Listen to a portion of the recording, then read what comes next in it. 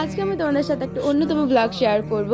হ্যাঁ, আজকে আমি এসেছি মাঠের দিয়ে ঘুরতে। ওই যে দেখো কি সুন্দর পেঁয়াজ গাছ লাগাচ্ছে, দেখতে পেলে? হ্যাঁ, এই সৌন্দর্যগুলো আমি তোমাদের সাথে আজকে তুলে ধরবো। বিকজ আমি তো প্রত্যেক দিনই দেখি, তোমরাই দেখো না। বিকজ আমি প্রত্যেক দিনই হাঁটতে যাই বিকেল দিকে মাঠের দিকে, তো তার জন্য আমরা দেখতে পাই, আর তাই তোমাদের সাথেও আমি শেয়ার করবো ভাবলাম আজকে একটু।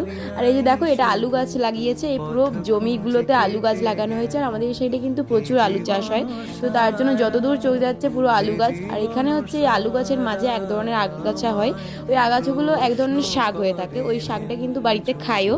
তো তার জন্য শিল্পী তুলে নিচ্ছিল। এই যে দেখো, এই শাকটা আমার না মনে নেই নামটা ঠিকঠাক, তো তোমরা যদি জানো অবশ্যই কমেন্টে আমাকে জানিও।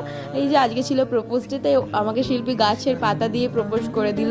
যাই হোক, তারপর আমরা অনেক মজা করি মাঠে বসে বসে, বিশাল মজা করি, মানে কোনো কথা হবে না। যাদের গ্রাম সাইডের বাড়ি তারাই আসলে এই ফিলগুলো করতে পারবে। গাছগুলোকে বড় হতে দেখা, গাছগুলোতে ফলন হতে দেখা, এই মজাটা সত্যি অনেকটাই আলাদা।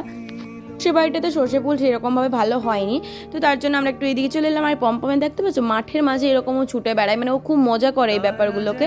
আমাদের সাথে ও প্রত্যেক দিনই আসে হাঁটতে, আর ওর জন্যই আসা, কারণ 4টে বাজলে অ্যালার্মের মতো আমাকে ডাকতে চলে যাবে যে চল চল ঘুরতে চল, নাহলে এত চিল্লাবে, মানে কি বলবো। দেন এই সাইডে চলে এসেছে, আর এই সাইডে একটু ফুল আমি মাথায় হেঁটে নিলাম, বেশ ভালো লাগে এই সব ব্যাপারগুলো। আর হচ্ছে দেখো চারিদিকটাতে পুরো আলু গাছে ভর্তি, মানে এত আলু গাছ লাগিয়েছে, বেশ ভালো লাগছে, চারিদিকে পুরো সবুজ সবুজ একটা ব্যাপার।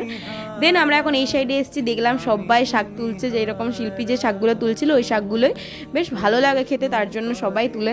আর শিল্পীকে আমি রাগাচ্ছিলাম যে এই জমিতে তুই শাক তুলেছিস, তোকে আমি ভাইরাল করে দেবো। দেন লোকটাকে দেখাবো যে দেখো তোমার জমিতে শাক তুলে নিয়ে গেছে।